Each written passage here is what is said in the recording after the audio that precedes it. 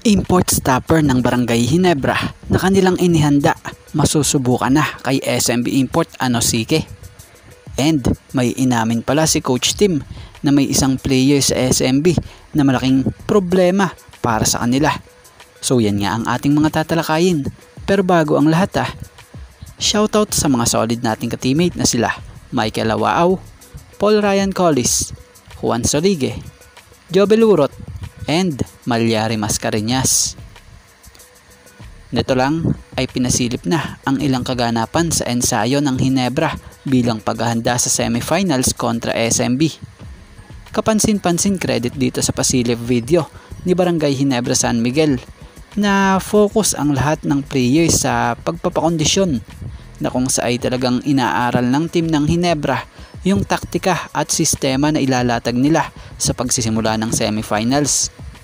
Kapansin-pansin din na makikita mo yung veterans talagang nagmumula rin sa kanila yung ibang payo para ma-share sa mga bago ang tamang pag-handle sa game gamit ang sistema. Isa sa maganda pang napansin natin dito ay yung training ng mga sharpshooter ng Ginebra na kung sa ay sabay-sabay pinapractice or pinapapukol ng tres sa 3-point area.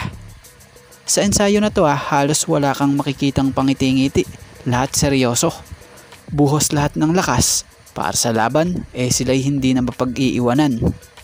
So kahit na nga syempre maganda yung ensayo nyo, syempre hindi pa rin mawawala yung pag-iisip dyan na paano natin mapipigilan si ganyan, paano natin mapipigilan si ganun. At sample na nga dyan ay itong pag-amin ni Coach Tim Cone sa isang report nating nabasa na kung sa ay aminado siya na isang malaking problema sa kanila si Junmar Fajardo pagdating sa best of 7 semifinal series na ito. So totoo naman yun, kahit naman siguro sinong coach mamomroblema sa big man na ito dahil sa lakas naman talaga. Lalo pat nito lang kontra Converge sa quarterfinal sa game 5. Kung babalikan natin grabe yung pinakita dito ni Junmar. Mabibigat na stats nga po ang pinakawalan niya rito para maigapang niya sa panalo ang San Miguel Beermen na kung sa ay gumawa ng matinding stats na 40 points and 24 rebounds itong si Junmar Fajardo. So napakabigat yan. Kaya naman di natin masisisi si Coach Tim Cone kung aminin ito na magiging isang malaking problema ngayon sa kanila itong si Junmar Fajardo sa semifinal series nilang ito. At maiba tayo, bukod kay Junmar Fajardo, may import pa nga ito na isa ring mala Junmar kung maglaro sa ilalim na kung sa ay bato-bato rin ng katawan kasi ng Amerikano-Nigerian na ito na si Anosike. Pero pagdating sa import, walang problema na dyan ang Ginebra dahil may import stopper na sila At eto nga yan, si Stephen Holt. So ibang klase ang sipag at attitude ng taong ito. Halos smooth lang kumilos at super effective. Balanse ang scoring at higit sa lahat napakataas ng basketball IQ, lalong-lalo na sa depensa na kung sa ay napurbahan na. Kahit sino pa nga po iharap mo sa kanya sa mga import ngayon kayang-kaya niyang depensahan. Kung di man niya totally ma-stop, mapapababa naman niya yung stats ng mga ito.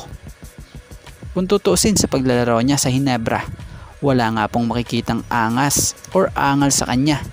Siguro dahil veterano na rin siya kasi maglaro at sanay na nga rin sa mga pisikalang ganito. Kung tutuusin, di na rin po pwede or di mo rin po pwede iwan sa tres ito dahil panigurado titirahan ka kaagad nito. Ika nga ng marami, complete player etong si Stephen Holt. Kaya hindi basta-basta rin pwede pakasigurado si Anosike ng SMB rito dahil grabe sa higpit bumantay ito. Bukod kasi sa sipag, hustle, utak rin pinapagana nito. So yan nga. So yan sa ngayon mga ka-teammate ito nga lang po muna ang ating sports pasada and thank you for watching guys and God bless everyone. Shoutout sa mga solid nating ka-teammate na sila Kat Sakino,